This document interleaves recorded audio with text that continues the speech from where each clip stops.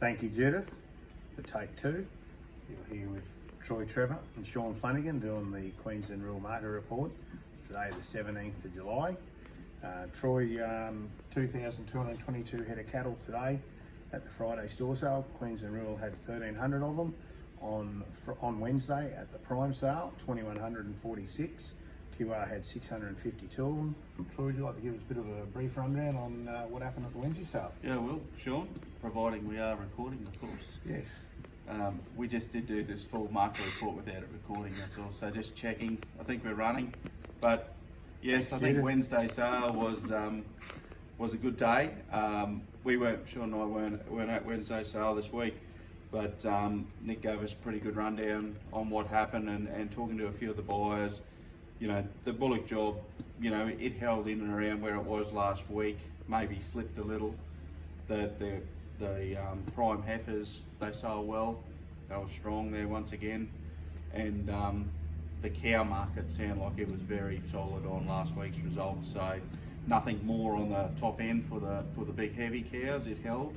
But we probably, looks like these 360 to 440 type kilo cows in there that had some cover on them went to good strong rates there this week. So Typical northern cow. yeah, the typical cow we sell every day of the week here really.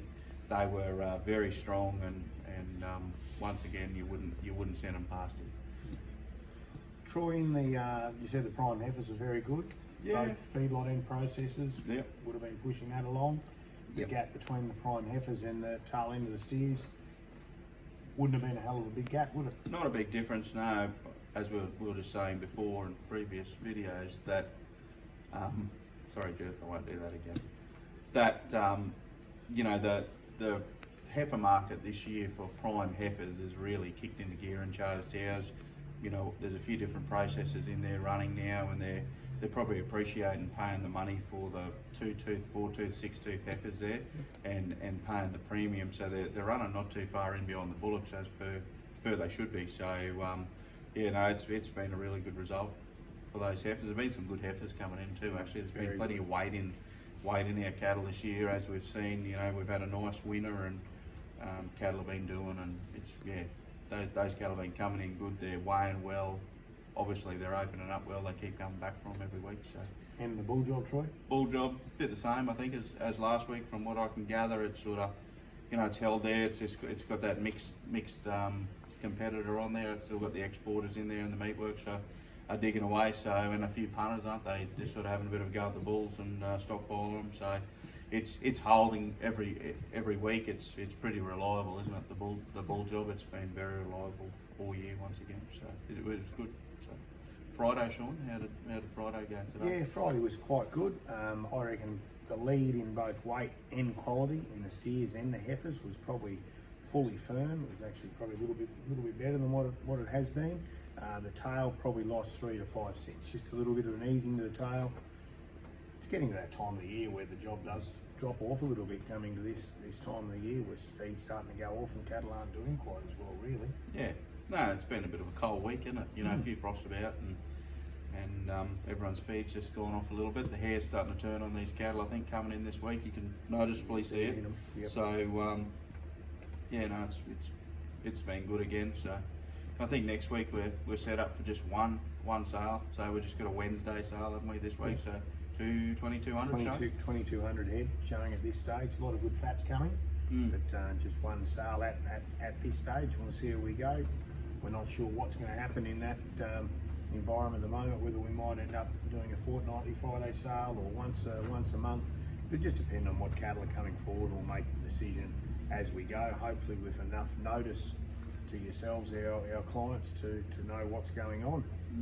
On the other front, export front, Troy, got any updates as to what's happening around there at all? Yeah, we're still waiting. I guess we're waiting on a couple of feeder jobs to go into Indonesia. So hopefully we get some feedback maybe today or early next week on some orders coming out there for August deliveries.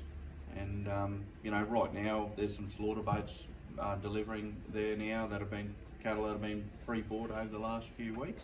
They seem to be going.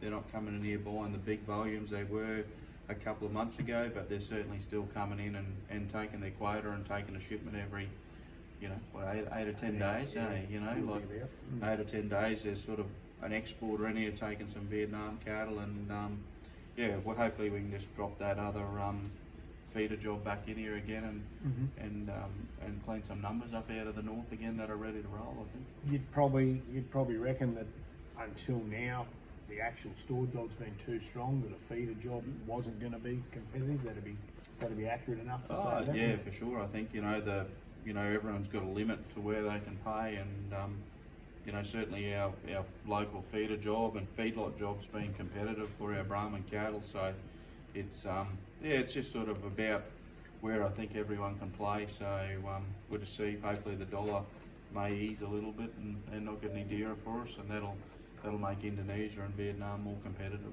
for us as well. So we'll see where that all goes. And on that feeder job, we've always got a few different feeder quotes. Like at the moment, we can probably handle, especially steers, Brahman or crossbred, anywhere from 300 to 540 kilos to go to various different feedlots that we've got access to. So if you have got some cattle out there that you're not sure what they are, the best thing is just simply to talk to us, and don't have to wait for a boat. We may be able to have the same money, get them gone already.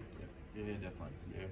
No, I think it's something to keep in mind, and even with our heifers this year, I think we're probably finding our number 8 heifers that are coming through that are just about to get preg tested shortly. They're all weighing heavier than what they have done in the past. They're usually a boat weight heifer to go straight in the boat, but we might find this year some of them are too heavy for that boat job, but they just tick the box to go straight into one of these feedlotters, which are been coming here and operating every week. So we can, we've certainly got some options to clean them up.